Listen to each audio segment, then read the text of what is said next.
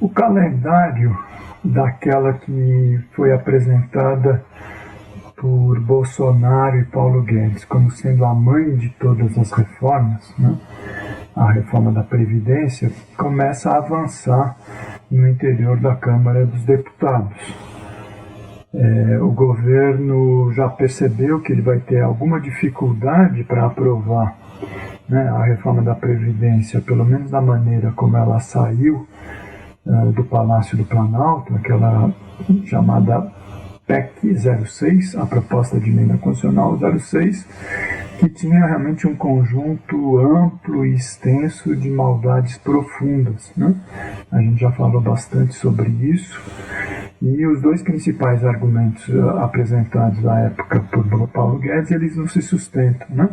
O primeiro, dizer que a economia brasileira não cresce, a gente não sai da recessão, pelo fato do Congresso ainda não ter aprovado a reforma da Previdência. Isso é uma mentira.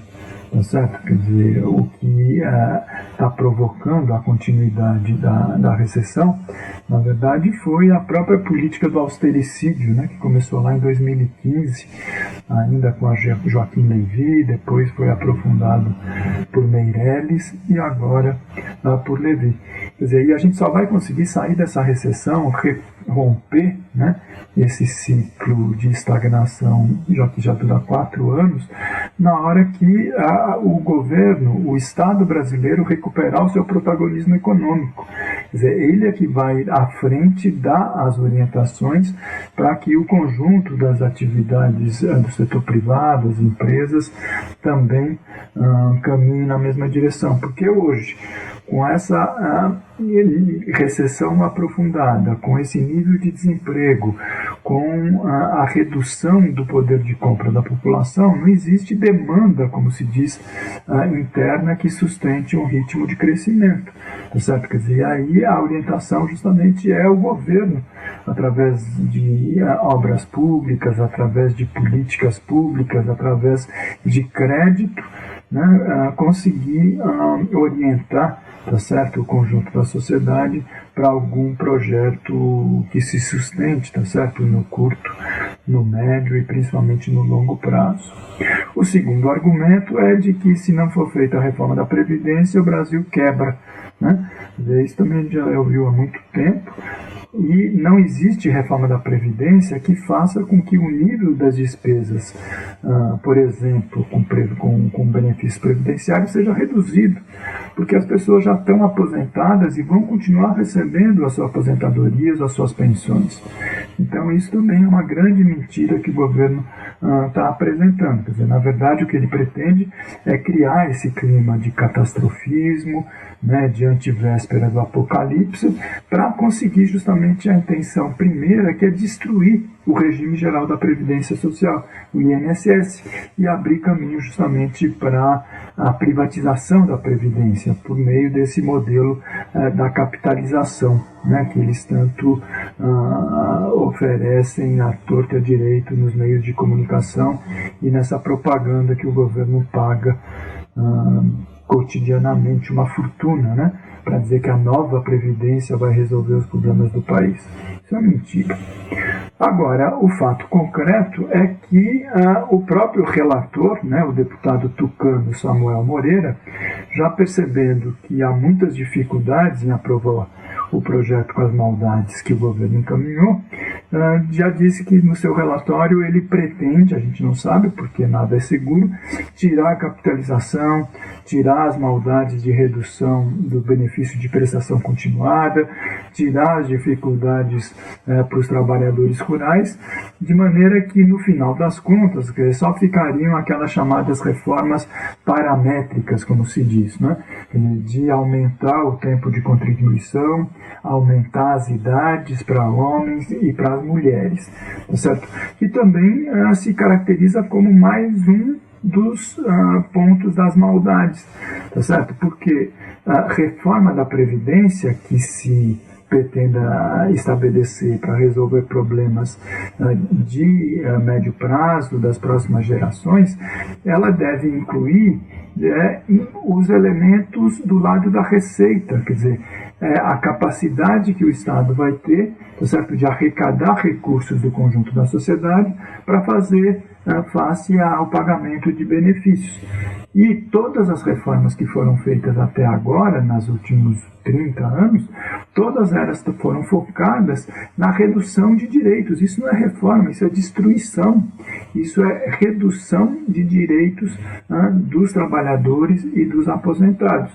E é por isso que a coisa não vai avançar, tá certo? Quer dizer, a gente pode imaginar as dificuldades que o governo vai enfrentar, né, na tramitação no âmbito da comissão, em primeiro lugar, depois no plenário da Câmara dos Deputados. O governo está dizendo que vai tentar fazer isso ainda no primeiro semestre, e é muito difícil, tá certo? Quer dizer, muito provavelmente a Câmara só vota isso no começo do segundo semestre, e depois essa matéria ainda segue para o Senado, onde vai ter a repetição de todo esse processo, uma comissão especial, a discussão no interior dessa comissão e depois a ida para o plenário do Senado. E no andar dessa carruagem, como está indo, quer dizer, o governo está se esforçando ao máximo para conseguir um maior grau de isolamento político e social. A cada dia que passa, seja por declarações destrambelhadas do presidente, do seu núcleo político familiar mais próximo, tá certo? Ou então pelas dificuldades enfrentadas, por exemplo, pelo juiz Sérgio Moro, né? Quer dizer, que abandonou a carreira de magistratura, virou o ministro da Justiça, já estava caminhando para tentar se catapultar para a próxima vaga do Supremo, mas agora o excelente trabalho de jornalismo, né, do Intercept, com o Glenn Greenwald à frente, está revelando aquilo que a gente sempre dizia, que o processo da Lava Jato, em especial contra o presidente Lula, nada mais foi do que uma farsa.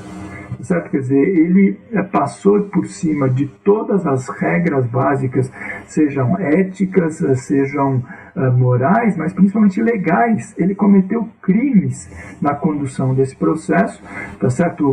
Passando por cima de uma conduta de isenção, de imparcialidade que se exige de qualquer juiz, qualquer magistrado em qualquer tipo de ação, e muito mais numa ação com a sensibilidade política dela, tá certo? Então, Moro está começando a se isolar cada vez mais politicamente, e a gente vai ver um momento em que o próprio Bolsonaro vai abandoná-lo, aquele que era um dos pilares de sustentação desse governo. O outro pilar, a gente está vendo, é o próprio Paulo Guedes, tá certo? Que por várias vezes já ameaçou, deu um tititi, um mimimi, falando que se a reforma não fosse aprovada do jeito que ele queria, a reforma da Previdência, ele voltaria para casa, porque ele tem muito mais o que fazer. E, muito provavelmente, a reforma não vai sair do jeito que ele está querendo, pelo menos com aquele espalhafato todo, né, do 1,2 trilhão que ele estava tanto gritando, né, há alguns meses atrás. Tem muita gente que diz que, na verdade, isso pode ser a história do bode na sala, quer dizer, ele botou um monte de maldades, né, que seriam os bodes, e agora está muito feliz no seu interior, porque ao tirar as maldades fica aquilo que é essencial, tá certo? Que é uma reforma que, de alguma maneira, reduz direitos dos trabalhadores e dos aposentados. Tá certo? E se ele continuar nessa toada, quer dizer, muito provavelmente também ele vai perder espaço junto ao capitão, ao seu chefe, o presidente Bolsonaro.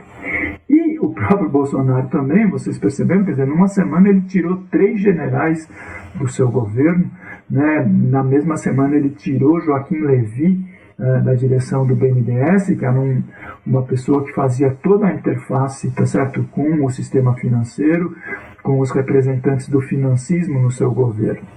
Então, o horizonte está complicado, tá certo? Quer dizer, o governo não está com essa força política toda que ele imaginava para aprovar, né, a reforma da Previdência, e as forças de oposição, quer dizer, não podem cair no conto da carochinha de achar que agora, como tirou algumas maldades, a reforma pode ser aprovada. Não. politicamente é importante que seja derrotada essa proposta do Bolsonaro, tá certo?